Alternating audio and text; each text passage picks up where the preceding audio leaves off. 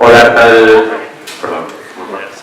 Hola, ¿qué tal? Muy buenas noches. Mi nombre es Eduardo Flores, soy editor de Sillo y Calvo. A nombre de la editorial de Penguin Random House le damos las gracias al Fondo de Cultura Económica por prestarnos este espacio y también a ustedes por acompañarnos en esta tarde lluviosa acá por el sur. Y bueno, también les agradecemos a Cedric y a Geo por confiar en el sello para tramitar con nosotros. Estamos muy felices de publicar este libro, Segalmex.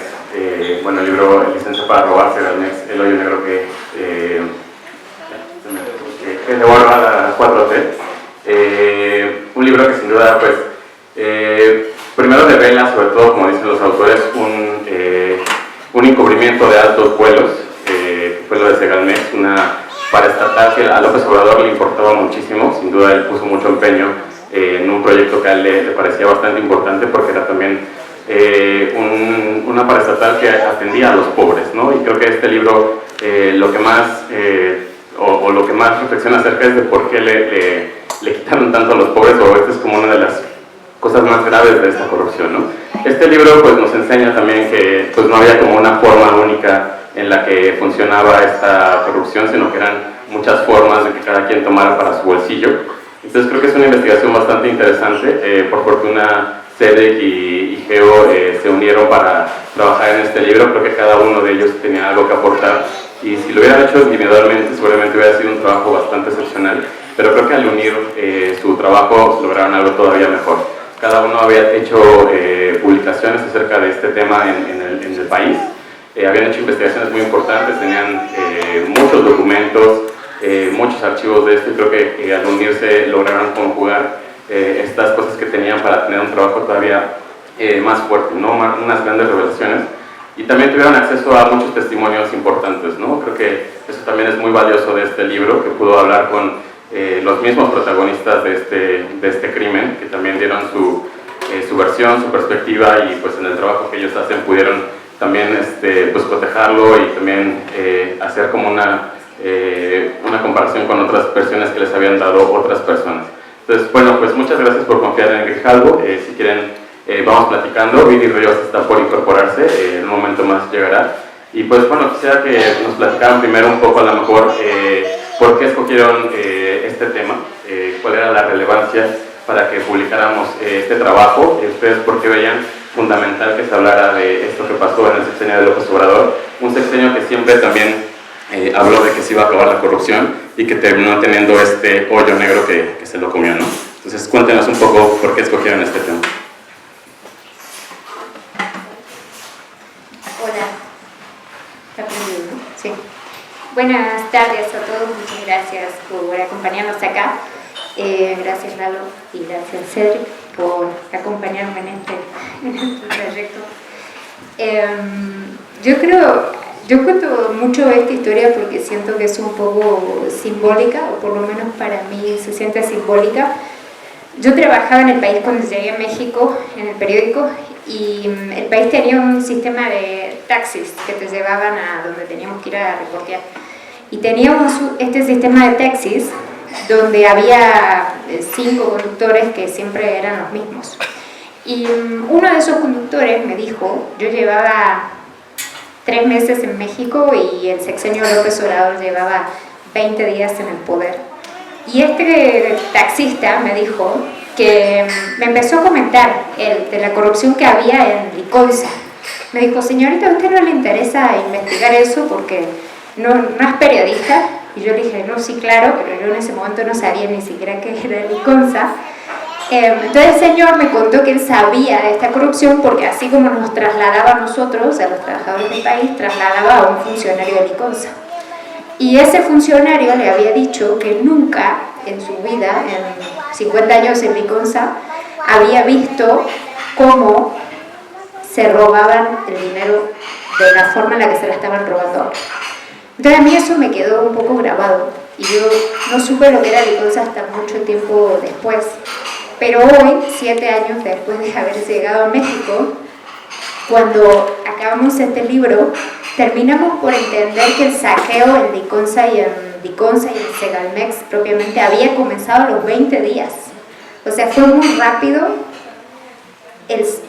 Lo rápido que empezó el saqueo fue tan rápido y tan abrumador que los trabajadores ya lo estaban diciendo al principio del sexenio, tanto que ya había llegado a mis oídos, pero yo en ese momento ni siquiera sabía. Tardé mucho más, y también yo siento que es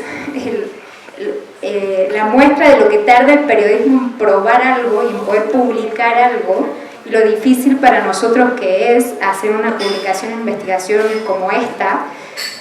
Pero siento que para mí acabó siendo muy simbólico, porque lo que me decía el taxista el primer mes del sexenio López Obrador acabó siendo real, y ese saqueo que me describía de Liconza a 3 meses de haber llegado a México efectivamente sucedió y acabamos publicando. Luego no volví nunca más a ver al taxista en la vida. El país dejó de trabajar con esa empresa y empezó a trabajar con otra. Pero bueno, es cierto que para mí acabó siendo un poquito simbólico en ese sentido. Bueno, yo me preguntaba también en algún momento cómo, sin darme cuenta, me había interesado en este tema. O sea, como que los temas de corrupción luego son difíciles de aprender porque son de pronto muy abstractos, ¿no? O sea, como que se habla de cifras, se habla de mecanismos, de, no sé, contratos, peculado, ¿no? Que de pronto se sienten muy lejanos, aun cuando el daño al dinero público que se comete termina afectando gravemente a la sociedad, ¿no? Pero yo creo que en este caso tengo un recuerdo de Liconza. Creo que es doloroso. Un día en una entrevista Geo decía que Liconza era una institución muy como insigne, ¿no? Como muy representativa de México. Si ven, elegimos la bolsa de leche, pero yo creo que hay una huella mental que a la gente de México de nuestra generación le remite necesariamente a Liconza. Liconza era una gran empresa pública, tiene una vocación muy noble de, pues eso, aliviar las carencias de la periferia, sobre todo los pueblos, y en el caso de la Ciudad de México, la periferia. Y yo recuerdo cuando era niño, acompañaba a mi mamá a una de estas tiendas de Liconza.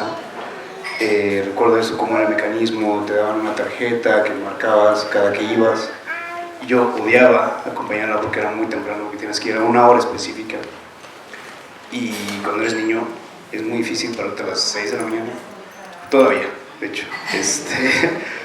Y entonces hace poco desbloqueé ese recuerdo y ahí pensé, claro, esa es quizá mi vinculación personal al tema, ¿no? Yo, más allá de la obligación como periodista de investigar un caso gigantesco de corrupción, también hay una implicación, yo diría que sentimental, ¿no? O sea, como periodista soy imparcial, o lo intento, pero personalmente este desfalco a mí me indigna mucho, me ofende mucho, y porque sucedió acá, ¿no? Y es lo que lo vuelve problemático también para López Obrador, que no sucedió. En cualquier caso hubiera sido indignante, pero yo creo que un poquito menos, si no hubiera sido en la institución creada expresamente para ayudar a los pobres a aliviar un poco su pobreza. Además, que sucedió en un sexenio cuya vocación era esa, precisamente. Que además, por cierto, es innegable que se trabajó en ese sentido, ¿no? O sea, las cifras recientes de Coneval y INEGI sobre reducción de la pobreza lo marcan, pero aún así esto también molesta que siga en impunidad el caso. Fue monumental el desvío y los principales actores no están rindiendo cuentas, ¿no? Luego nos preguntan, ¿dónde creen que estaba Valle? Decimos, pues, en su casa, al parecer, escribiendo su novela, ¿no? Porque además Valle está escribiendo una novela, o sea, es decir, esa es la distinción de la impunidad, ¿no? O sea, alguien tiene el tiempo, la conciencia, la tranquilidad, la conciencia tranquila como para ponerse a escribir una novela. A mí me parece muy chocante eso también, por cierto. Pero bueno, ese es para mí la motivación detrás del libro. Muy bien. Bueno, pongamos en contexto, ustedes saben que lo que pasó en Segalmex fue que hubo un saqueo monumental, en un momento se llegó a hablar de 15,000 millones de pesos, ya se ha movido un poco esa cifra y tal vez ahorita ellos nos hablen más de esto, pero justo creo que algo que, como bien decía Cedric, también mancha mucho esto, es que López Obrador era muy cercano a este proyecto, y no solamente porque era algo que le interesaba, porque era algo que le importaba ayudar a los pobres. Creo que eso es también algo que duele bastante, si bien siempre que hay un caso de corrupción pues nos están robando a todos. Creo que aquí era todavía un robo todavía más cercano, ¿no? Que sentíamos todavía más cercano. Gente que estaba, pues, que en lugar de interesarse por hacer que la comida o algunos servicios llegaran todavía más fáciles a algunas comunidades o fueran más baratos, pues en realidad estaban llevando cosas para su bolsa, ¿no? Pero creo que algo que es muy relevante es la cercanía que tenía López Obrador por las personas que estaban ahí. Ya mencionó Cedric a Ignacio Valle. Bueno, ya llegó Viri, si quieren la dejo para que pase. Nada más voy a dejar esta pregunta al aire. Este libro, algo que hace, les quería platicar un poco de la estructura, es empezar con un perfil de Ignacio Valle, que es el principal protagonista de este caso de corrupción y de este libro también, de cierta manera. Creo que hacen un perfil bastante rico de este libro, digo, de este personaje, basado un poco también en sus libros, que también a lo mejor ahorita nos platican, y de cómo fue que llegó a este lugar, ¿no? Cómo es que también conoció a López Obrador y la importancia que tuvo Ignacio Valle para la carrera política de López Obrador, y de ahí también una especie de pago de favor podría verse para que López Obrador lo pusiera al frente de este organismo, y que también le costara tanto a López Obrador hacer algo, ¿no?, en contra de Ovalle, ¿no?, para que rindiera cuentas, y por eso también se dice que es pues un encubrimiento de altos vuelos. Entonces, si ahorita nos platican un poco de Ignacio Valle para que vayamos hablando de esto, y bueno, le doy entrada a Viri, que le agradecemos que nos acompañe.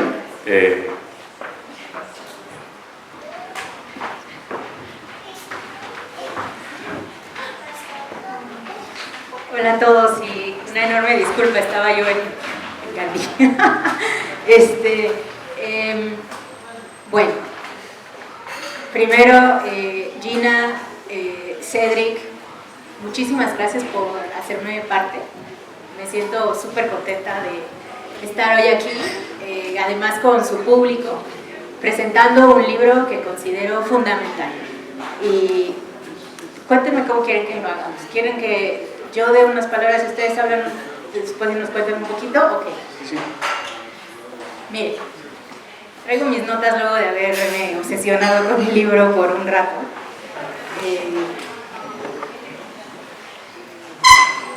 Quiero comenzar hablando del periodismo, que es lo que hoy nos reúne aquí. Creo que el periodismo es una de las ingredientes más importantes de la democracia, pero a veces no le damos suficiente espacio que requiere y el suficiente crédito que debe tener.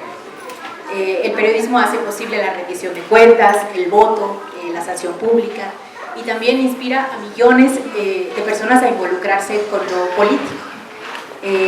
A veces cuando pensamos en democracia pensamos mucho en sus instituciones formales, pensamos mucho en el Congreso, en el Senado, en la Presidenta, o pensamos incluso en sus instituciones informales, como en la sociedad civil.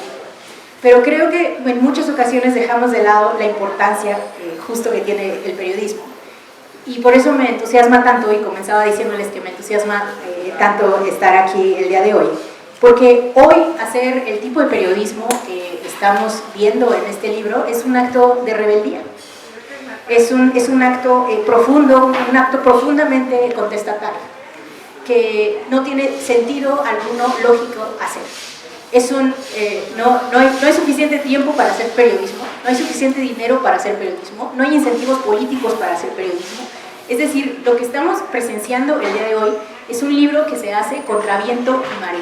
Es un libro que de verdad es propio, lo ponía yo de aquí, es propio de la obstinación y de la desobediencia. Y es que hoy por hoy hacer periodismo del tipo del que se hace en este libro es un privilegio. Es un privilegio que además, pues bueno, Gina y Cedric tuvieron el honor de tener y de tener el espacio para hacer este acto de rebeldía. Me contaron por ahí que era difícil encontrar personas de izquierda que quisieran presentar este libro. Y quiero hablar de eso, porque yo soy una pensadora de izquierda. Y creo que es muy importante que desde las izquierdas entendamos que nuestro objetivo es la justicia, nuestro objetivo es la creación de un país más justo, nuestro objetivo es la redistribución, nuestro objetivo es cambiar cómo se vive en este país, no es alinearnos con un partido político. Y si creemos que ser de izquierda es alinearnos con un partido político, creo que se debe repensar las razones por las cuales nos llamamos de izquierda. Entonces, me gustaría ahorita platicarles un poco más ya sobre el tema del libro, pero no quería dejar a un lado decir esto, ¿no? Decir ¿cómo es posible que en la vida pública se esté hablando de transformación y a la vez tengamos una vida pública llena de miedo de hablar de estos temas, llena de incapacidad de hablar de estos temas en la vida pública? Porque no vaya a ser que se enoje quién, pero perdón, este país, lo que se retrata en este libro es que este país tiene enormes áreas de oportunidad y debe cambiar profundamente en sus instituciones. Y si desde las izquierdas no empujamos por eso, no habremos dado la batalla correcta. Entonces este libro me entusiasma presentarlo porque creo que es la batalla correcta. Y quiero leer un pedacito del libro que me gustó muchísimo. Los libros de periodistas son súper buenos de leer porque parecen ficción pero son reales. Pero las enseñanzas de los libros de periodistas siempre vienen en las páginas introductorias. Ese es como yo lo interpreto, porque en realidad es como si, leer este libro es como si estuvieras leyendo una novela de terror y la introducción es como, la enseñanza es, ¿no? Fíjense, esto es lo que dicen los autores. La corrupción en Segalmex no siguió un patrón o mecanismo como otros casos de saqueo de recursos, por ejemplo, la estafa maestra o la operación Zafiro. La estructura de Segalmex era porosa y ello posibilitó que los robos ocurrieran en todos los niveles y que participasen múltiples actores. Con todo, con lo que se pudiera hacer negocio, alguien sacaba provecho. Hubo fraudes en la compra de leche y en su procesamiento, se simuló la construcción de fábricas, se hicieron compras a sobreprecio, se pagó por productos no entregados, se invirtió en bonos de riesgo, de mayor riesgo del que se debía, hubo robos de granos en los almacenes, se echaron a perder productos que se compraban sin necesitarse, se asignaron contratos a cambio de soborno, había licencia para robar. Y ese es el título del libro que nos reúne el día de hoy. Y fíjense que cuando yo lo leía, y los invito a todos a que lo lean, porque está el acto de rebeldía de hacer periodismo y luego está el acto de rebeldía de leer ese periodismo, ¿no? Y de alejarnos de las pantallas de nuestros teléfonos para leer. Yo sí los invito mucho a que lean este libro, pero estoy en contra de algo que dicen los autores. Dicen que no había mecanismo, pero sí había. Y creo que ustedes, y me gustaría que nos lo describan un poquito más a detalle, porque de hecho lo que nos describen es el mecanismo perfecto de cómo funciona la corrupción en este país. Y para que un acto tan profundamente corrupto funcione, pues no se necesita un solo mecanismo. En realidad se necesita una conjunción, toda una red de estrategias de distinto calado y de distinto nivel, que se ocupan en distintos momentos, pues para poder desviar la cantidad de recursos de la que estamos hablando en Segalmex. Y creo que ese mecanismo tiene tres grandes pedacitos. Y ahorita que nos lo cuente mejor Cedric y Gino. El primero es el padrinazgo político como forma de ascenso al poder. Que los políticos pues quedan amarrados a quienes los apoyaron en sus carreras políticas y luego al llegar a la silla o al llegar al lugar del ejecutivo pues le deben favores a mucho. Y esto me recordó muchísimo, su libro me recordó muchísimo a Ravelo. No sé si han escuchado a Ravelo decir, dice Ravelo, cuando llega un presidente de la República a la silla, llega esa persona a la silla del presidente, pero hay otras 9 sillas de personas que llegan con él y a los cuales les deben favores. Creo que eso es mucho de lo que se habla en este libro. Segundo, el mecanismo es la falta de monitoreo, es no ver.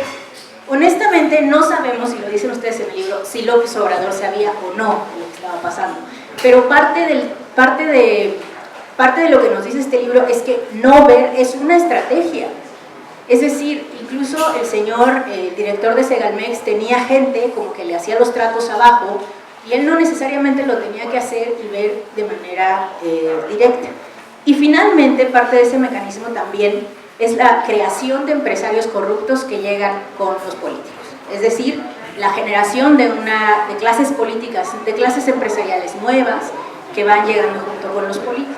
En fin, el libro es extraordinario, tiene imágenes extraordinarias, por ejemplo, de pronto de un güey que va caminando en Polonia y se encuentra unas pilas de Segalmex. ¿Cómo llegaron unas pilas de Segalmex a Polonia? No sabemos, pero bueno, toda la fuga, digamos, de capital. Tiene imágenes de, no sé, empresas de renta de autos que se dedican ahora o en este momento a hacer pruebas químicas de leche. En fin, podemos hablar infinitamente de lo que contiene este libro, pero este libro es muy importante para México y su democracia, porque este libro ejemplifica cómo se está llevando a cabo cómo se estructura la corrupción en nuestro país, a partir de robo hormiga y a partir de estructuras pues profundamente engranadas en la cultura política del país. Déjenme comenzar haciéndoles una pregunta, y quiero preguntarles, voy a adelantarme al último capítulo, pero ¿creen que se puede resolver esto? ¿Qué se puede hacer independientemente de hacer periodismo? ¿Hacia dónde debemos dirigirnos como sociedad? ¿Cuáles son los espacios que nos falta como poner el dedo y la llaga para evitar que esto siga sucediendo? Bueno, yo creo que es una pregunta que nos han hecho en las entrevistas y creo que también vamos cambiando porque vamos analizando lo que decimos, lo que piensan otros. Pero yo creo que Segalmex nos deja muchas enseñanzas como sociedad. Una de ellas es la importancia de las instituciones, pero también la importancia de la burocracia. Yo lo decía el otro día en una entrevista, la burocracia a veces parece nuestro mayor enemigo, pero en realidad todos esos mecanismos que forman parte de una institución, todas esas estructuras, todos esos manuales que dicen qué hacer cuando hay un conflicto de interés o qué hacer, cómo prevenir la corrupción, cómo debe responder un funcionario cuando se topa con ella. Todo eso Segalmex no lo tuvo porque se creó de una forma muy apresurada para que funcionara lo más pronto, y eso permitió que esa estructura porosa existiera y que lo veíamos, por ejemplo, en las primeras auditorías de la Auditoría Superior de la Federación que hablan de Segalmex. Empiezan a advertir al gobierno que esa institución que crearon no tiene mecanismos de prevención de corrupción y le pide que por favor los cree cuanto antes. Y pasan los años y no los crean. Y esos mecanismos sí los tenían Diconsa y Diconsa antes de convertirse en Segalmex. Entonces, esa burocracia que muchas veces parece pesada y que está ahí siempre, está ahí por un motivo y está ahí para que la respetemos. Entonces, yo creo que ese es un gran aprendizaje que nos deja un poco esto, que en la administración pública hacer las cosas rápido puede costar mucho dinero. Otro aprendizaje que nos deja un poco esto, yo creo que es, o sea, yo siento que Segalmex mucha gente lo siente como algo del pasado, pero como decía Cedric, los máximos responsables de esto no están ni siendo investigados ni en prisión. O sea, tenemos al padrino político de López Obrador libre y tenemos a otras figuras que nunca fueron investigadas y que son nombradas por primera vez en el libro en el sentido de estar involucradas con el caso Segalmex, como es el ex consejero jurídico de López Obrador, Julio Scherer. Nosotros venimos a partir de fuentes a contar qué vinculación tuvo él, pero él nunca fue parte de la carpeta de investigación de la Fiscalía General de la República. Entonces yo creo que para poder pasar la hoja, o sea, vemos que desde la llegada de Claudia Sheinbaum al poder, ella quiso un poco pasar la hoja con Segalmex, cambiándole el nombre y sacándose de encima esa pesada herencia que le dio López Obrador. Pero no se puede pasar la hoja si no hay justicia. Eso está ahí, hay que investigar a esos personajes. Entonces yo creo que esa también es otro aprendizaje que tenemos que hacer. Bueno, yo he pensado últimamente mucho en esta misma reflexión que haces, Geo, sobre la utilidad de la burocracia, ¿no? Yo también pienso que, si bien es una parte que explica el enorme desfalco en Segalmex, esa falta de controles, también es cierto que no basta, ¿no? Es decir, porque si eso bastara, no habría corrupción en las instituciones donde existen esos mecanismos, ¿no? Es como pensar que, eso se argumentaba en la misma Constitución, que los altos sueldos de los ministros de la Corte debían ser altos para prevenir que no se dejaran tentar por el poder económico, político, ¿no? Es una reflexión muy formalista, ¿no? Que nos hemos dado cuenta de que no es cierta. Entonces, quiere decir que la corrupción viene de otro lado, ¿no? Viene también de la oportunidad, ¿no? No solamente se explica porque el funcionario no sepa qué hacer ante un caso de corrupción, tampoco se explica solo porque le paguen menos. Yo creo que está en la oportunidad, en una cosa incluso de su propia formación. Y luego tú decías, Viri, pues la suma de factores que posibilitan un acto de corrupción, ¿no? Y últimamente pienso también en el tema del huachicol, en cómo era posible que un buque con 10 millones de litros pasara inadvertido. O sea, y pienso en la cantidad de funcionarios públicos que debieron estar involucrados como para que efectivamente pasara inadvertido, porque eso, lo del buque que se incautó en Tamaulipas, en Tampico, en marzo, llevaba pasando ya varios años. No era el primer buque que llegaba así, ¿no?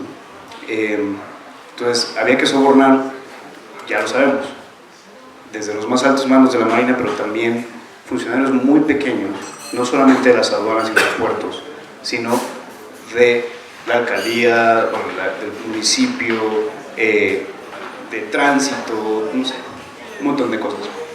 Yo creo que en Segalmex era una cosa que también venía sucediendo desde que existía la CONASUPO.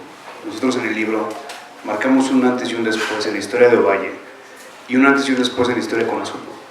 Ovalle fue director de CONASUPO en una época en que CONASUPO pierde el rumbo y hay un personaje clave, y es el sexenio de Carlos Salinas, el hermano incómodo, Raúl Salinas, dirige Segalmex supuestamente por debajo de Ovalle, es decir, Ovalle era el jefe de Raúl, pero todo el mundo sabía en la época que el verdadero jefe era Raúl Salinas.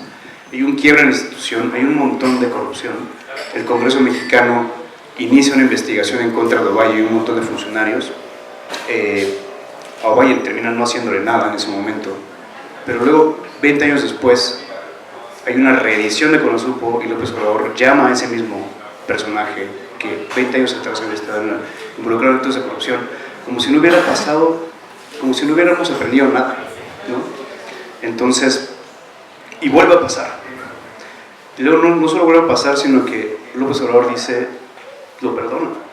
O sea, ya es un segundo perdón, ¿no? Porque el primero vino cuando lo contrató, y esta vez le vuelve a creer, bueno, pensando en que genuinamente López Obrador es bueno, y entonces cree en la palabra de su mentor, y en eso nos tiene, eso nos puso en este punto, ¿no? Yo creo que hay una oportunidad. Si Sheinbaum replica lo que hizo en las aduanas con Segalmex, ¿no? Que un poco yo creo que quizá también es una enseñanza, ¿no? Como Sheinbaum está declarando que no importa el daño que le pueda hacer a la 4T, la corrupción, pero la va a atacar, porque eso es mejor que encubrirla. Eso es quizá lo que fue López Obrador, ¿no? Que ponderó que era mejor encubrirla que atacarla. Entonces, si Sheinbaum decide no hacer lo que hizo López Obrador, si no se deja mal aconsejar por Leonel Cota, que es un involucrado en el caso, que además tiene ella de su lado y que, por lo que hemos sabido, se la ha pasado negando todo lo que viene en el libro. No habló con nosotros, lo buscamos varias veces, no habló con nosotros, pero se la ha pasado diciendo por ahí que no es cierto, que no es cierto, que no es cierto, sin haber aceptado darnos su versión, bueno, si la presidenta Sheinbaum lo escucha menos y lee el libro, y podría ya, ¿no?, marcarnos. Sí. Oigan, saben que, bueno, ustedes han dedicado su vida al periodismo. Y yo me imagino que cuando tú dedicas tu vida a esto, las cosas que están aquí, pues ustedes ya las han visto antes, a lo mejor en gobiernos municipales, en gobiernos estatales, en casos previos de corrupción. O sea, creo que para un lector normal, como todos nosotros, lo vas leyendo y te va envolviendo en parte en rabia, porque es como, ¿cómo es posible que, honestamente, porque aquí tenemos a dos extraordinarios periodistas, pero no es el FBI, son dos personas haciendo esto en su tiempo libre, porque además tienen trabajos de tiempo completo. Te llena de rabia cómo es posible que todo lo que está acá pues no esté más investigado, ¿no? Porque cómo es posible que, o sea, hay tantos, el libro va dejando cabos sueltos, es normal, porque bueno, es un libro, es una investigación muy extensa, pero va dejando muchos cabos sueltos que pueden dar vida a muchos otros libros, jalando hilos que pueden salir de esta misma investigación. Pero mi pregunta para ustedes es, dedicando ustedes su vida a esto, ¿qué encontraron aquí que les pareció nuevo, que les pareció novedoso, que les sorprendió, que no habían visto antes, aparte de la magnitud, digamos?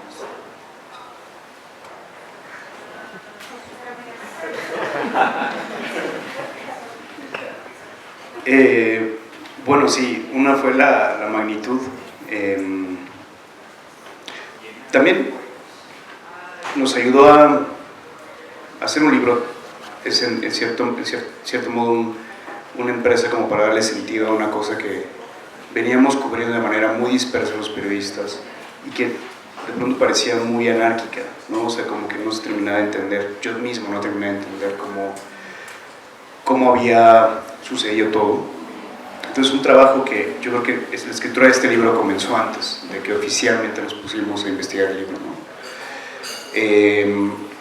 Y creo que por eso elegimos el epígrafe, que se me hace muy, muy bonito, de Leila Guerriero, donde ella habla como de unir un montón de piecitas, te explica al final por qué dejó de funcionar esta institución y por qué funciona como funciona. Pero después de hacer un tejido muy, muy tremendo, ¿no? Como de piezas que parecían muy dispersas, de pronto ya tienen una unidad. Entonces, para mí, creo que haber llegado a esa comprensión es un mérito. Lo segundo, sí, la magnitud. Lo tercero, pues sí, haber descubierto, por ejemplo, la participación de Julio Scherer, ¿no? O sea, una vez más, Scherer, un funcionario que ya muy documentadamente, oficialmente por la Fiscalía y periodísticamente por otros colegas y nosotros mismos, este es un negocio más donde un funcionario muy poderoso aprovecha el lugar y la confianza que le da López Obrador y también su partido para hacer negocios a la sombra del poder, como se suele decir. Y bueno, por último, pues no sé, el mérito de eso te puedo hablar más, Geo, pero haber logrado la entrevista con Manuel Lozano en Argentina es una cosa que le da al libro lo corona, digamos, ¿no? Es decir, ya estaba bastante bien documentado, sustentado, amarrado, pero lo que viene a ser Manuel Lozano, que era el segundo a bordo de Segalmex, amigo de muchas décadas de Ignacio Valle, es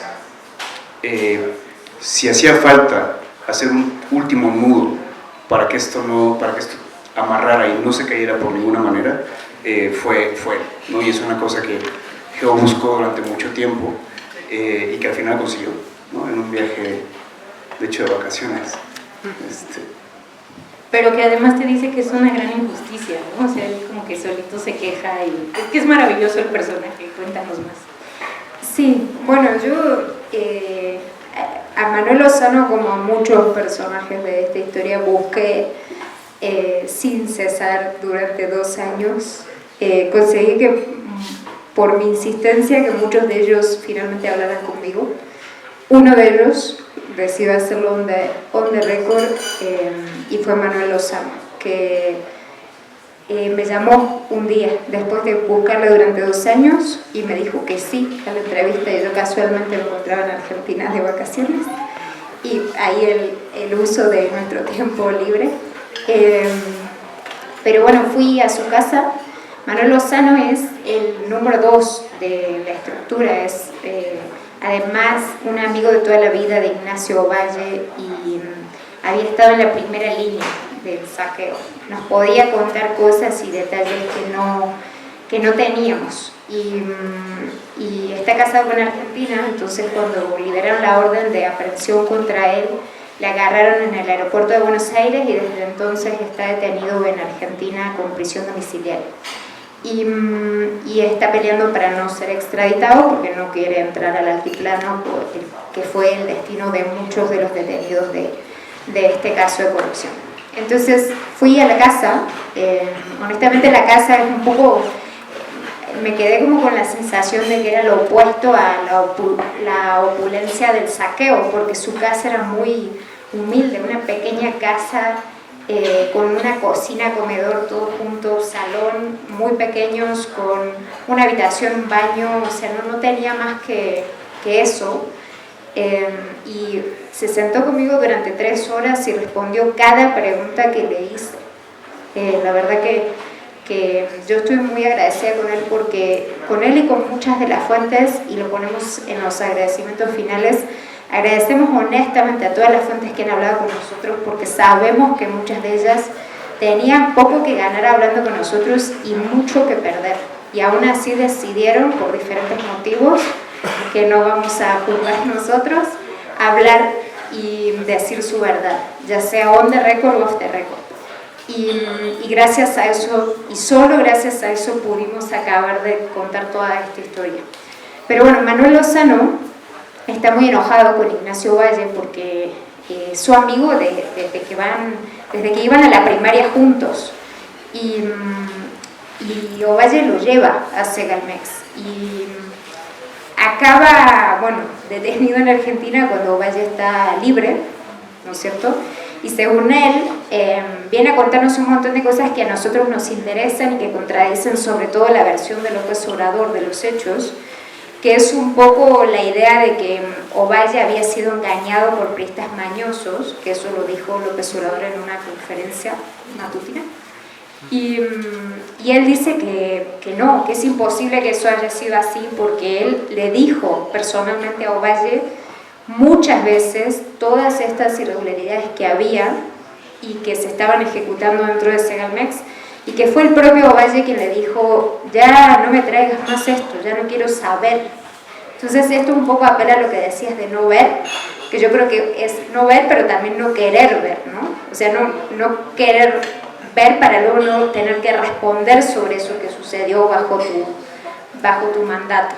Entonces Manuel Lozano cuenta esto, cuenta además, bueno, nos cuenta algo que teníamos un poco ya escrito en el libro, pero nos vino a aseverar que así sucedió, que fue la parte de Julio Scherer en toda esta historia, cómo se involucra en Segalmex, cómo mete a su gente, qué sucedió, ¿no? O sea, cómo fue la pelea por meter, en el momento en el que anuncian la creación de Segalmex, cómo todos quisieron meter a su gente en cargos importantes porque sabían que iba a ser negocio a la larga.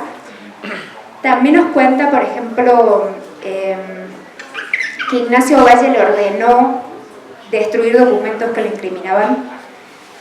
Entonces esto también prueba, incluso en el caso de los bonos, que Cedric lo reportó en El País, pero en ese caso que él negó, y fue el único caso por el que se le llamó a declarar a Ignacio Ovalle, en ese caso él dice que él no recuerda haber firmado ese documento, y que si lo firmó es porque firmó muchos documentos juntos. Bueno, Lozano viene a decir que no solo lo firmó, sino que sabía que era incriminatorio ese documento y que le mandó a él a destruirlo personalmente. Entonces, bueno, cuenta un montón de cosas que yo creo que para nosotros fueron sí coronar la historia, porque había muchas cosas que sabíamos y que podíamos contar, pero él nos cuenta como la versión desde adentro, y eso para nosotros fue como una riqueza periodística diferente. Justo ahorita que estabas platicando, Geo, me acordé de una parte del libro y la estaba buscando, que les quiero leer porque me parece extraordinaria de cómo funciona la negación de la corrupción, la misoginia y todo lo que existe ahí alrededor. Y es parte de la entrevista que le hace a Manuel Lozano, y entonces le pregunta a Gina a Manuel Lozano: ¿notó el enriquecimiento económico de Ovalle? Y contesta: en ese aspecto ha sido muy cuidadoso, porque ha tenido una buena casa, es así producto de Conasupo, pues no era para tenerla, era una casa preciosa. Entonces, fíjense cómo empieza diciendo no sé, pero luego acepta que tenía una casota desde la época de Conasupo, ¿no? Y luego le dice: la casa de los encinos, la de los encinos. Dice: se cuida de vivir con cierta modestia, no es ostentoso, cuida mucho esas cosas. Vio las fotos de él, entonces es más incisiva, que le dice: vio las fotos de él en el hotel de lujo de Baja California Sur, que es un hotel que ustedes reportan que costaba 20,000 pesos la noche, ¿no? Pues imagínense. Y ahí ya es como que se desfonda, porque ya qué va a decir, ¿no? Y entonces contesta: ya, es el colmo. Yo nunca lo había visto con esas ostentaciones. La mujer es muy ostentosa, le echa la culpa a la esposa. Y el poder a ella le fascina. Él es muy cuidadoso, pero resultó muy ambicioso. Me encanta esto porque este personaje como de película, ¿no? Es como lo niega, lo acepta, pero luego le echa la culpa a la mujer y luego como que termina de tratar como de reconciliar con su amigo. No, la verdad es que él no era ostentoso, pero a su mujer sí le encantaba el poder, ¿no? Y el libro está como lleno de esos personajes semioscuros, en fin, creo que es un libro extraordinario. Cuéntenos por qué decidieron este caso en específico y no otros tantos. ¿O van a seguir con el del Huachicol ahora? No, yo creo que en periodismo muchas veces las historias te eligen, tú no las eliges, incluso las fuentes. Y muchas veces tenés algo, lo publicás o publicás incluso una pieza sobre ese tema y viene alguien y te dice: pues tengo más información para ti, y entonces ya publicas lo segundo y así va sucediendo un poco. Yo no sé si lo elegimos per se, yo no recuerdo el momento en el que diga: bueno, esta va a ser mi historia, no fue así para mí, por lo menos, pero sí me pareció, y respondiendo a esta y la anterior pregunta sobre qué aprendimos en esta investigación, para mí esta investigación fue muy rica en el sentido de el aprendizaje, porque yo no soy mexicana y para mí fue aprender mucho de cómo funciona el sistema mexicano en general, aprender mucho de historia económica mexicana que no conocía, y aprender también cómo funciona la corrupción dentro del sistema mexicano, que puede ser similar o tener similitudes con otros sistemas como el argentino, pero tiene sus diferencias. Y yo creo que acá los personajes estos claroscuros que aparecían, que siempre te dicen una parte de verdad, otra parte de mentira, y uno tiene que ir rascando, me parece que también de alguna forma, por lo menos yo a la hora de plantear el libro quisimos dejarlo un poco, por ejemplo el testimonio de Manuel Lozano. Claro, uno siente que esa es su verdad y hay cosas que no cierran, hay huecos en su historia, pero también yo quería que fuera el lector quien decidiera y no yo unilateralmente, o nosotros de manera unilateral, qué es verdad de su historia o qué no. Entonces, Manuel Lozano, que es una persona que no habló con ningún otro periodista y no habló con la justicia mexicana tampoco, que da por primera vez su testimonio en este libro, pues para mí tenía una riqueza diferente. Entonces decidimos dejar casi completo su testimonio. Esas 3 horas que le digo que habló conmigo, pues al final decidimos dejar un poco ahí todo para que sea el lector quien decida qué le cree y qué no. o cuáles son esos vacíos, dejarlo al final, sobre todo cuando la historia nuestra ya está casi contada. Entonces, de alguna forma, pues coronar el libro con ese testimonio, y pues ya que sea la gente que decida, ¿no? ¿Cuál es la historia de Segalmex también? Oye, ¿y por qué? Me quedé con la duda de por qué crees que te dio la entrevista. Pues yo creo que me dio la entrevista porque sus hijas se lo pidieron. O sea, es una persona que, porque yo también hablé mucho con las hijas, una de las hijas vive acá, se llama Pilar Lozano, forma parte del Movimiento Ciudadano, y es principalmente quien me ayudó a contactar a su papá. Pero Manuel Lozano tiene varias hijas, y ellas, para ellas, Ignacio Valle era una especie de tío, porque le conocían de toda la vida, y esa traición que siente Manuel Lozano hacia Ovalle también la sienten sus hijas, y entonces sus hijas fueron quienes le machacaron durante 2 años para que hablara, hasta que decidió hablar.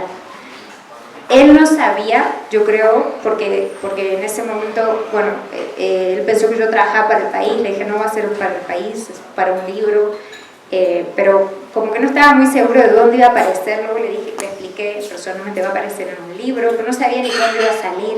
Entonces no es que me lo haya dado por que lo fuera a publicar en cierto lugar o de cierta forma, no. Cuando aceptó finalmente hablar conmigo, después de 2 años de insistirle, lo decidió casi sin poner ninguna condición. O sea, fue como te doy mi testimonio y tú haz lo que quieras con eso. Oigan, y bueno, si quieren ahorita abrimos un poquito las preguntas y respuestas y comentarios del público, pero para cerrar me gustaría, tengo aquí todas mis anotaciones, entonces podremos platicar un ratotote, pero bueno, sale hasta Rubalcaba, jefe delegacional de Coajimalpa. Es que esa es otra cosa que de pronto así... Director del metro, actualmente. Sí, actualmente director del metro. Esa es otra, que a lo largo de todo el libro, de pronto, no sé, en un testimonio, en un pedacito de una frase, se habla así como de Marcelo. Y tú sabes qué Marcelo es, ¿me explico? O así como ahora les digo, Rubalcaba. No es que estén incriminados en la trama, pero digamos que cuenta la historia, en cierta forma, de la vida política contemporánea, y pues todos esos actores forman parte, digamos, ya sea, no sé, segunda o tercera derivada, pero pues forman parte de esta estructura del poder, ¿no? Yo me quedo con la sensación de que Ovalle es como la punta inicial de una larga cascada de corruptelas que llegan incluso a empresarios pequeños. De pronto los contratos son chiquitos, o sea, no todos los contratos corruptos son grandotes. Y entonces yo me pregunto, si no se quedan ustedes con la sensación, voy a decir algo horrible, de que la corrupción es cultural, como dijo Peña Nieto. Y no quiero creer eso, ¿no? Pero me gustaría, ¿ustedes cómo se sienten al respecto? Bueno, yo también he llegado a esa conclusión, pero por explicaciones distintas, ¿no? Porque Peña Nieto como que daba a entender que era una cosa, bueno, con la lectura que yo recuerdo en su momento era como si fuera parte de ser mexicano, básicamente, ¿no? Y creo que además durante mucho tiempo los medios y la Cámara, los empresarios que tenían Consejo de la Comunicación y hacían campañas como el de No Desmordida o el papá, tengo un papá pirata, ¿no? O sea, durante mucho tiempo nos machacaron, y en eso tenía razón López Obrador, que eras parte del problema tú, pero por tú participar de eso, no tú por dar mordida, tú por comprar piratería, dejando detrás, obviando, digamos, todo el proceso cultural que hay detrás de que hay en piratería, que yo, por supuesto, que estoy a favor. No sé si puedo decir esto de que nuestro libro... No, yo digo que no lo pirateen. Pero si pasara, pues la verdad, bien, pienso. Bien para que se lea, ¿no? Gracias a los editores. Sí, sí, creo que un signo de si un libro de política triunfa es que aparezca en un puestito de libros, bueno, de estos que están en el centro, ¿no? O sea, es porque ya la gente lo quiere leer, y trascendió ya el circuito intelectual de élite de las librerías, entonces ya la gente lo compra por 100 pesos o menos, ¿no? Entonces, bueno, y estas campañas, esta idea que nos inculcaron durante mucho tiempo, justamente implicaba a su vez sacar del foco a la gran corrupción, ¿no? A los verdaderos corruptos, a los grandes corruptos, ¿no? A empresarios, políticos, gobernantes, y de todo. Esto se aplicaba a todo, periodistas también implicados en ese asunto, como directamente recibiendo dinero, bolsos. Entonces, sí creo que es cultural, pero que está en la cultura política, probablemente, ¿no? Que es distinto. Es como si, además, notamos que esto no es que haya nacido la corrupción en Segalmex en el sexenio de López Obrador, más bien, de hecho, contamos, por ejemplo, en el caso de los bonos, dos ejemplos, el de los bonos y el de la leche. En el caso de los bonos, contamos cómo, de hecho, este fraude empezó. Lo de los bonos es básicamente, rapidísimo, el administrador, el de finanzas de Segalmex, toma dinero público y lo invierte en bonos de la bolsa, que eso no está permitido, y con unos rendimientos que en realidad se queda idealmente él, porque las instituciones públicas solo pueden invertir en CETES, básicamente. Bueno, esto ya venía pasando, y lo que hace Ovalle es que le ayuden a continuar desde el peñismo el negocio, pasa a traslaparlo a el sexenio López Obrador. Luego hablamos con un empresario lechero que nos decía, mira, la verdad, pagar un moche por un contrato, sí lo hacíamos. El problema es que quizá hay un cambio, ¿no?, que opera con López Obrador, bueno, el obradorismo, que es, pues se hace mal, ¿no? Como que había una especie de funcionamiento, de cosa que funcionaba bien, es decir, porque también la corrupción crea sus propias condiciones de existencia. Y lo que hicieron estos nuevos funcionarios fue intentar crear la suya, sus propias condiciones, y lo hicieron mal, entorpecieron todo, intentaron meter actores que no sabían cómo hacerlo. O sea, Fernando Zurita era un tipo, su caso es muy peculiar, porque es un empresario amigo de Ovalle, al que le dicen, oye, va a haber un contrato grande de azúcar. Entonces el tipo dice, dámelo. El tipo no sabía nada de azúcar, no tenía ingenios azucareros, nada. Entonces le quiere un contrato gigante para surtir toneladas de azúcar. Él recibe el dinero, se pone a buscar, él intenta comprar el azúcar a terceros, no se la alcanzan a vender, pero para entonces ya se acabó el dinero, entonces no pueden ni devolver el dinero ni entregar el azúcar. Entonces se queda sin nada, ¿no? O sea, vacío. Hay mucha torpeza también, creo, en este caso. O sea, una ambición, pero también una voracidad que al mismo tiempo termina devorándolos a ellos, y bueno, por eso también lo hoyo negro que borró la 4T, ¿no? También hubo mucha ineptitud.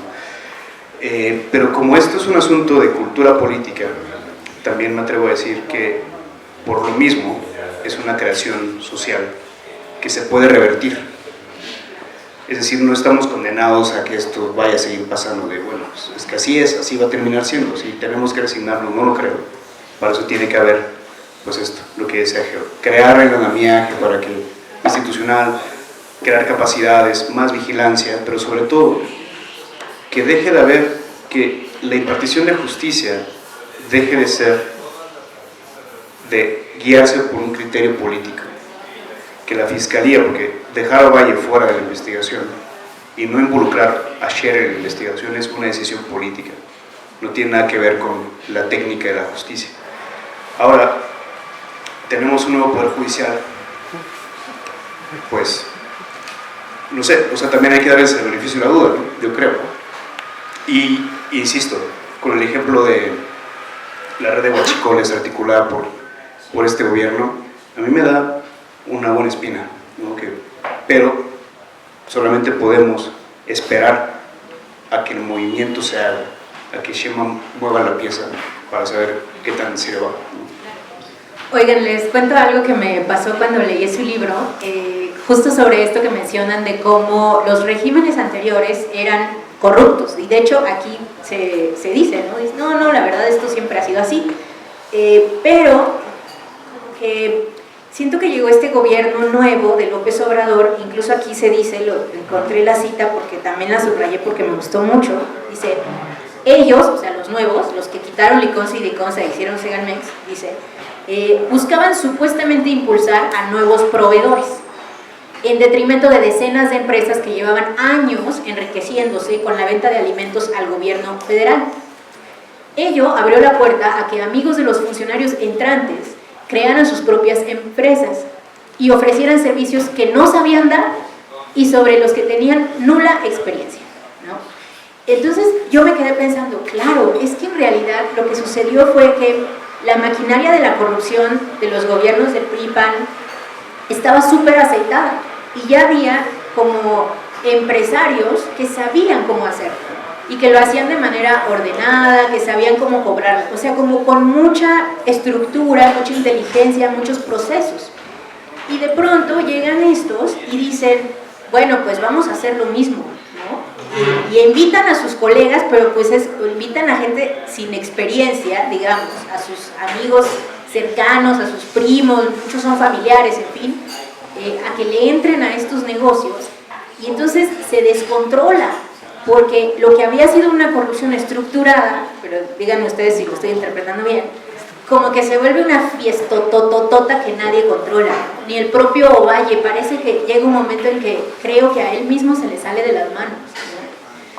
Entonces me quedé pensando, fíjense qué interesante cómo en esta transición hay una ruptura con la forma de hacer corrupción anterior.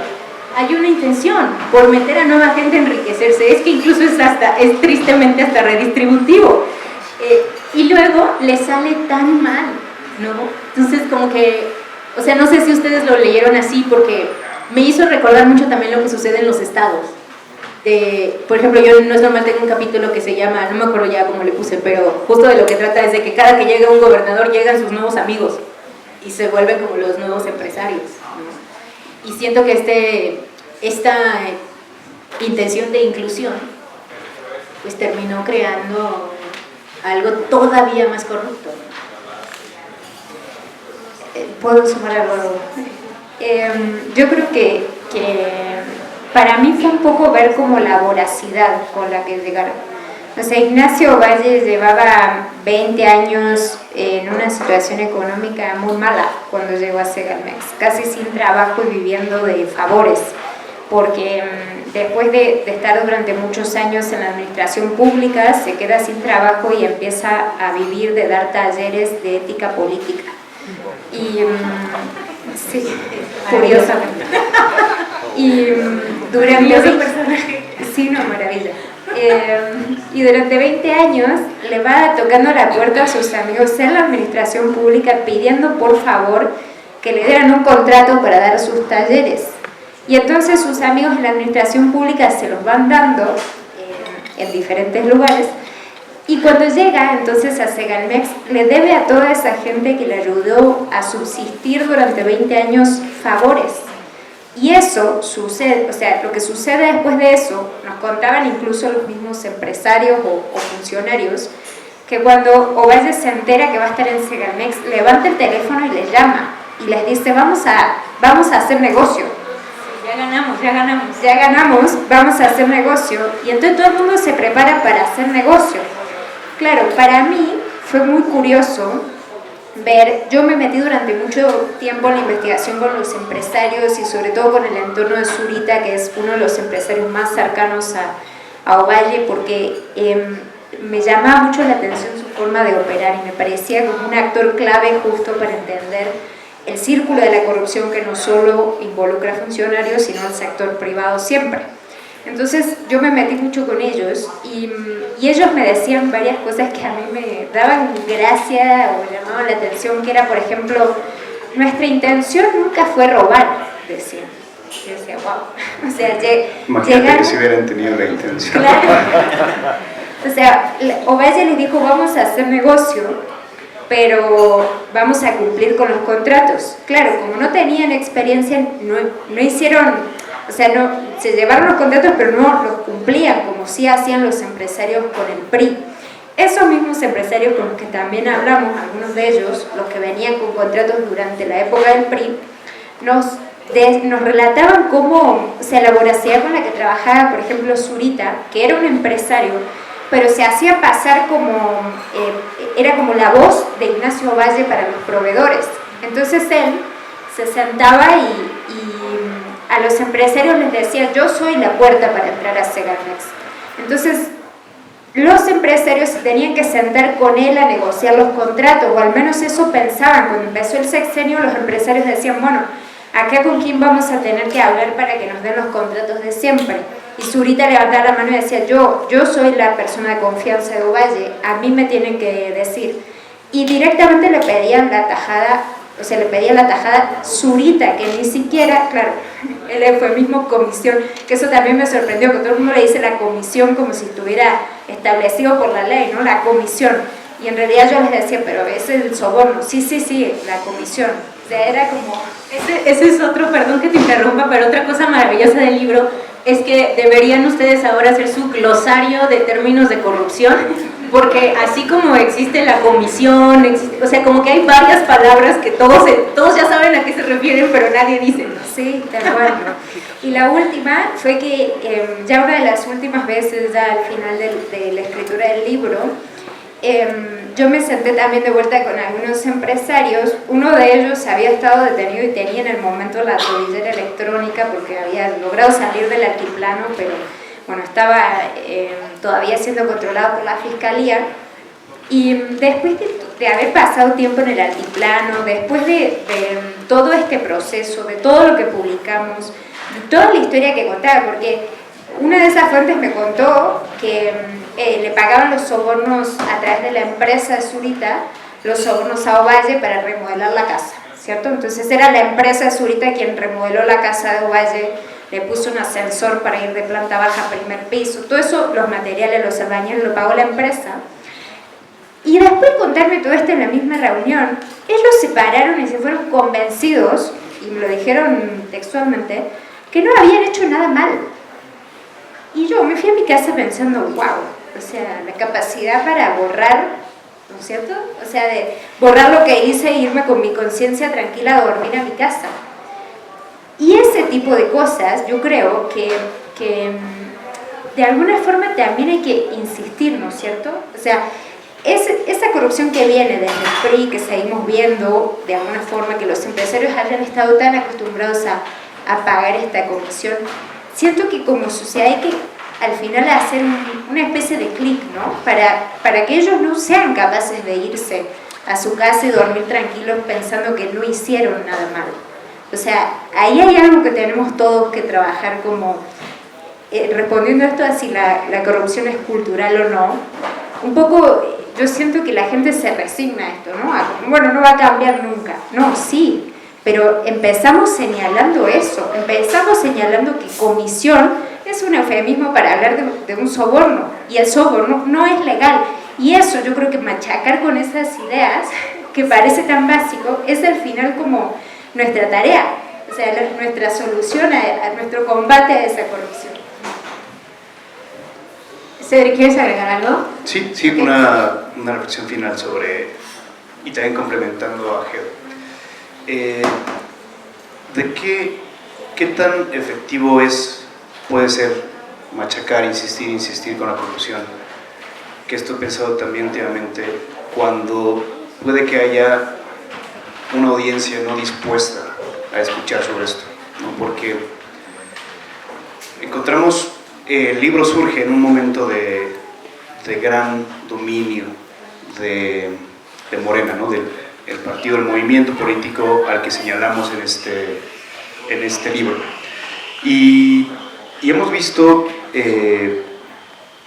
descalificaciones de antemano, ¿no? O sea, no han leído el libro, y en redes y demás, en las entrevistas que nos hacen en vivo y comentan en los streamings, diciendo como eso es mentira. López Obrador dijo que eso ya se resolvió, porque el mismo López Obrador hizo eso, insistió en eso.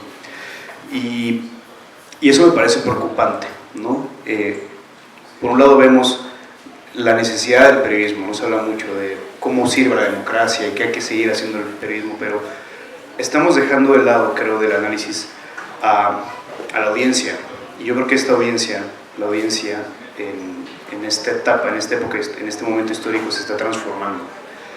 Y algo que hizo López Obrador, que yo reconozco en él, es su pedagogía política, ¿no? Es verdad que algo de lo que él mismo se apreciaba mucho, que en una mañanera cuando se está despidiendo, él dice, quizá el mayor logro de nuestro movimiento fue haber politizado a la gente, que lo hizo, ¿no? A dar clases de historia, poner sobre la mesa adversarios, ¿no? Y demás, hizo entender, y la gente, pues nos dimos cuenta reportando eso, ¿no? La gente empezó a atreverse a opinar, a formar una opinión y a decirla.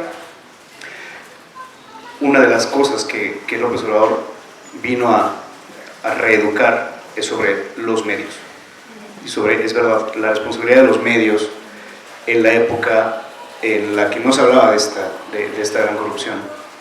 Pero también creo que hay un daño ahí irreparable, que fue también predisponer a la gente, a los lectores, hacia cierto periodismo.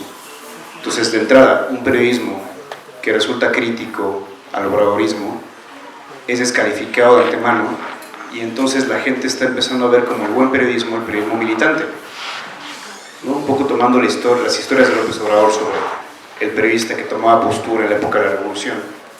Él espera eso mismo también de nosotros, y creo que también los lectores. Entonces, de pronto, los periodistas que para la gente para los lectores son valiosos, son los youtubers, los influencers, y no nosotros, ¿no? Entonces, la corrupción se relativizó en el discurso obradorista. Hubo corrupción mala, ¿no? Obviamente, del PRI, del PAN, del PRIAN, de la mafia del poder. Y la del obradorismo, pues, la gente dice, bueno, no sé, la gente, muchos lectores, me ha tocado ver gente que he entrevistado, gente que está en los mítines, en el Zócalo y demás, en el 15 de septiembre, en los informes de gobierno de López Obrador, en los AMLO Fest, diciendo, pues, es difícil, no sé, como un poco justificándolo, y no está bien. Y luego, por último, tú empezabas, Viri, hablando de lo difícil que, bueno, un poquito batallamos, sí, como decías, en encontrar autores, analistas de izquierda que se atrevieran a esto. Y otra cosa que me preocupa es una característica de la izquierda, más allá del combate a la pobreza y demás, es el derecho a disentir. Y he notado, no sé si tú coincidas, Viri, tú, Geo, como esta dificultad para que analistas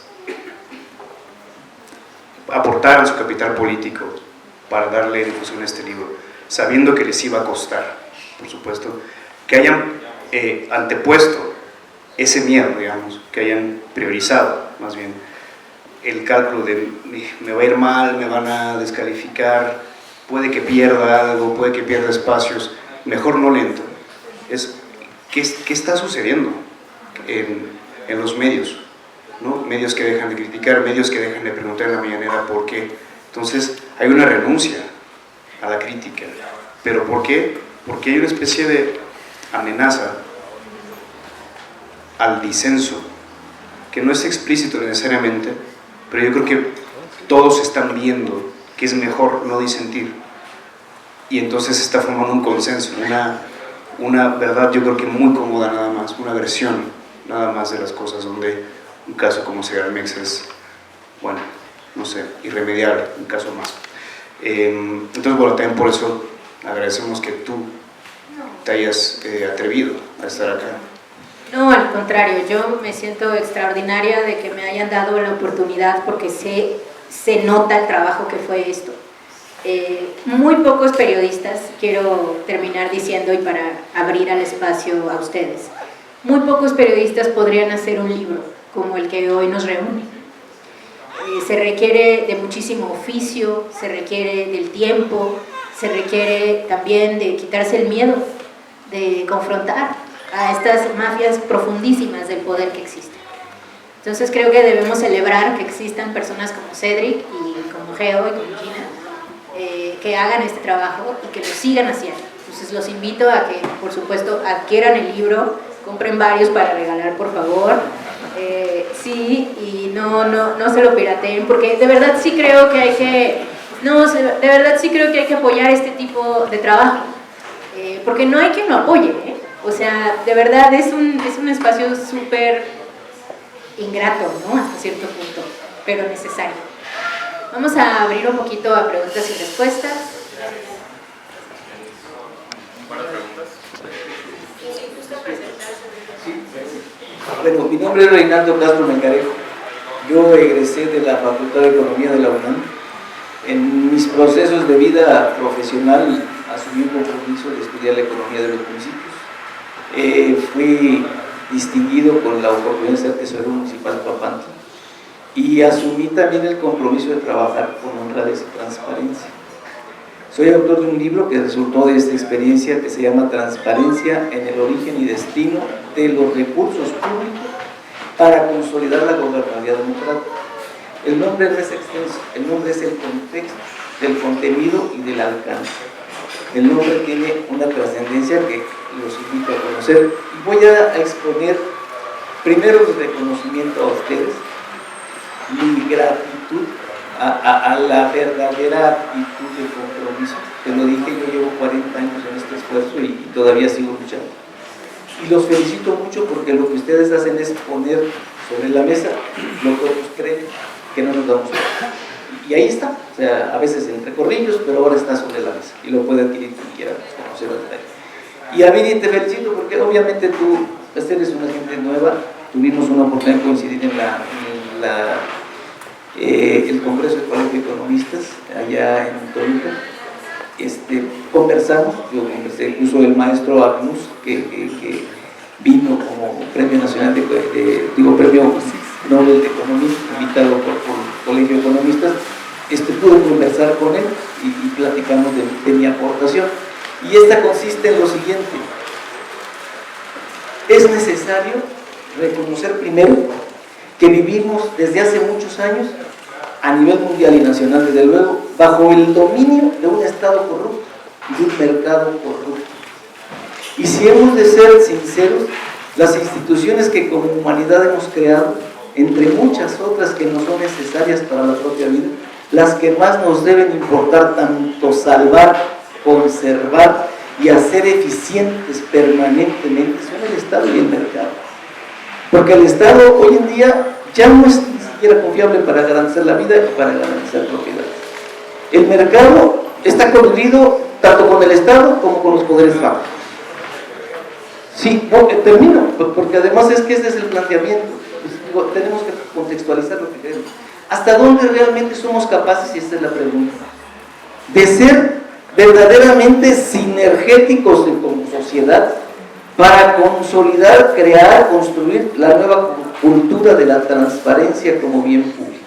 Yo lo he expuesto en foros internacionales, soy autor de esta propuesta, lo he compartido con personajes de la política en México y en nivel internacional, y he tenido esta oportunidad. Con gusto, quien quiera, podemos extender el tema. Muchas gracias. ¿Hasta dónde seremos capaces? Lo dejo por ahí con ustedes y más tarde.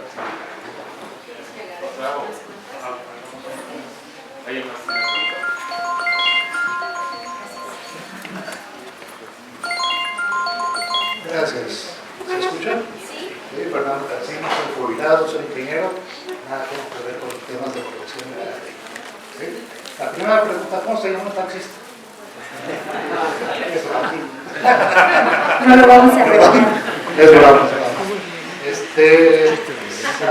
Cedric, ¿verdad? Cedric.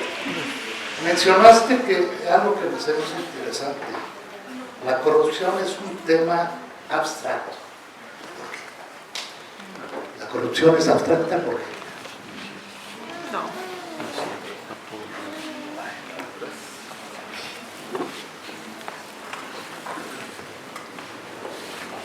Sí, muchas gracias. Soy José Manuel Colmenares, soy editor de libros también, soy colega de aquí de ustedes, varios de ustedes.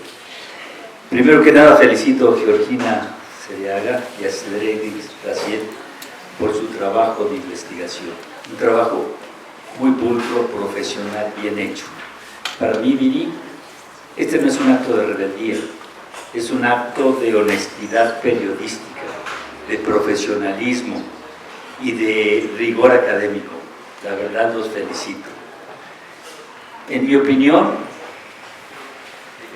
ya a mi edad tengo que apuntar lo que quiero decir, porque si no luego se me olvida. Perdónenme, pero rápido les puedo decir. En mi opinión, la corrupción es natural en el hombre, todos lo sabemos. El ser humano, la vasta mayoría de las personas se comportan correctamente, pero hay pillos, indudablemente dentro de la sociedad hay pillos, y pillos que se encumbran en el poder, que llegan a altos niveles de la sociedad, y esos son los que crean las condiciones para actuar corruptamente. La opacidad indudablemente es el proclive para que la gente actúe corruptamente, ¿sí? Un poder absoluto corrompe también. La impunidad y una manipulación y manejo de la justicia también genera corrupción. El problema es que en México todas esas condiciones se están dando, y aunque ya pasó el sexenio anterior, ahora se reforzó, estamos en el segundo piso. Y estas condiciones no nada más permanecen, se reforzaron. Entonces, yo como mexicano les digo, veo muy turbio el futuro, ¿sí?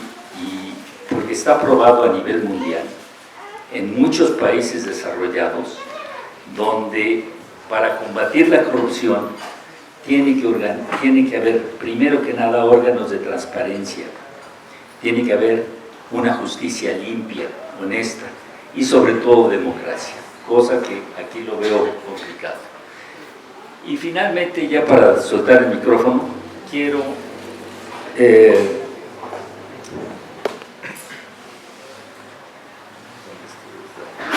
lo que comentabas, Raciel, con que terminaste tu intervención, que me parece muy valiente y muy buena tu pregunta. ¿Estamos preparados para conocer la verdad? ¿Estamos preparados como sociedad para tener el valor de cuestionar a aquellas personas que nos generaron esperanza, aquellas personas en las que creímos, pero que nos fallaron? Esa es una pregunta que está en el aire.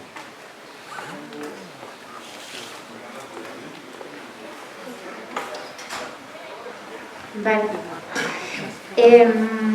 Bueno, un poco para responder los comentarios en general, yo creo que hablar de si la corrupción es natural en el hombre o no es como hablar de si el hombre es bueno o es malo, si la maldad o la bondad es innata al hombre. A mí me gusta pensar que como hay corrupción, también hay gente que pelea por la transparencia. Y en ese sentido, hablamos de lo que nos costó conseguir a gente de izquierdas, o incluso en la primera presentación que tuvimos, en la que nos acompañó el senador de Morena, Javier Corral. Yo creo que acá hago una distinción, porque así como cuesta disentir, y sabemos que ha tenido un costo político para todos aquellos que han quebrado una lanza a nuestro favor, también, o sea, yo valoro que haya gente. Nos ha costado conseguir a alguien, pero lo hemos conseguido. Entonces yo apelo porque además de que la corrupción sea natural en el hombre, también sea la transparencia, y por toda esa gente que lucha por la transparencia. Y acá yo soy un poco pesada con este tema, porque voy a ser siempre defensora.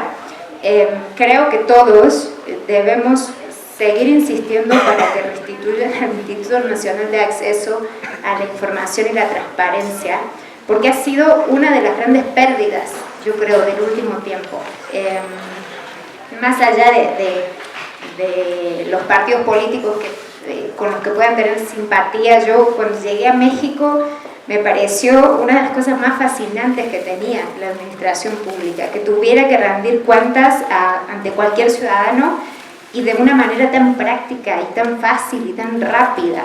Yo no había visto nunca eso, y justo se lo contaba a gente de Morena el otro día. Le decía que Cuando yo llegué estábamos intentando hacer en el país una investigación sobre los casos de abuso sexual que se habían reportado en las iglesias en todos los países de América Latina. Entonces nos organizamos varias personas, porque una ventaja que tiene el país es que tiene mucha presencia en la región, y la idea era buscar, preguntar cuántos casos de corrupción, cuántos casos de abuso sexual se habían dado en la iglesia en general en cada país. Y la persona que más rápido consiguió esa información fui yo en México. No la consiguió la persona de Argentina, no la consiguió la persona de Ecuador, de Perú, porque México tenía un sistema muy bueno y muy práctico para recibir esa información, que nos ayudaba a nosotros a hacer nuestro trabajo de una manera que no hubiese sido posible si no lo hubiésemos tenido. Y haberlo perdido, yo siento que es una de las cosas que todas las personas que pelean por la transparencia deberían seguir peleando. No siento que no podemos soltar esa herramienta, tenemos que seguir luchando y seguir pidiendo que la restituyan, básicamente. Bueno, es que poquito antes de que llegaras, vi, hablábamos, nos contaba Lalo cuál era la motivación como para haber hecho el libro. Yo conté la historia de cuando fue a mi mamá a traer la leche en su momento. Y con esto respondo lo que me preguntó usted, señor, sobre que yo dije que la corrupción era abstracta. No, más bien dije... Los temas de corrupción son abstractos. Sí, que da la impresión de que hablar de la terminología de la corrupción, ¿no? De el peculado, la inaplicación de los recursos, la aclaración, ¿no? en las auditorías y demás, y además luego los montos tan estratosféricos cuesta trabajo eso entenderlo, digamos, en la vida concreta, ¿no? De las personas. Por eso conté que yo encontré en este caso, además tan complejo, tan arbitrario, porque hay una corrupción que se da muy en ese sentido, muy sin orden, muy en desorden, fue haber encontrado en mi memoria ese recuerdo de cuando una institución con una vocación muy noble funcionaba, ¿no? Yo creo que también cuando la estafa maestra se descubrió en su momento, pasó de ser un informe de la Auditoría Superior a dinero desviado de las universidades públicas. Entonces, cuando das ese paso, el caso abstracto de corrupción deja de ser abstracto y entonces tú ves cómo impacta en tu vida concreta y en la vida de la sociedad también, que es un poco el trabajo que tenemos que hacer los periodistas. Y por último, yo diría sobre si la humanidad es corrupta o proclive a la corrupción. Pues bueno, probablemente sí, pero yo creo que los periodistas, quienes trabajamos en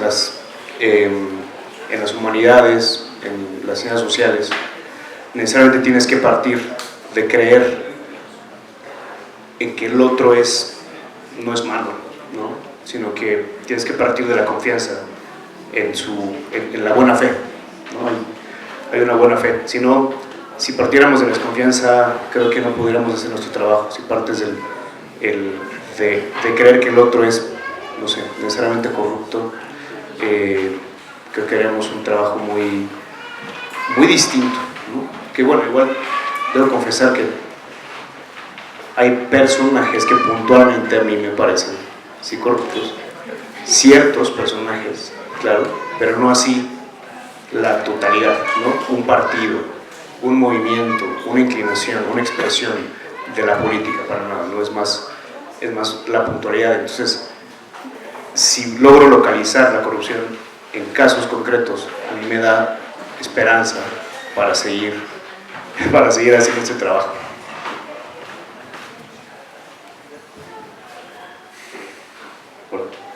Bueno, pues ya para cerrar, solo quería retomar algo que dijo Cedric.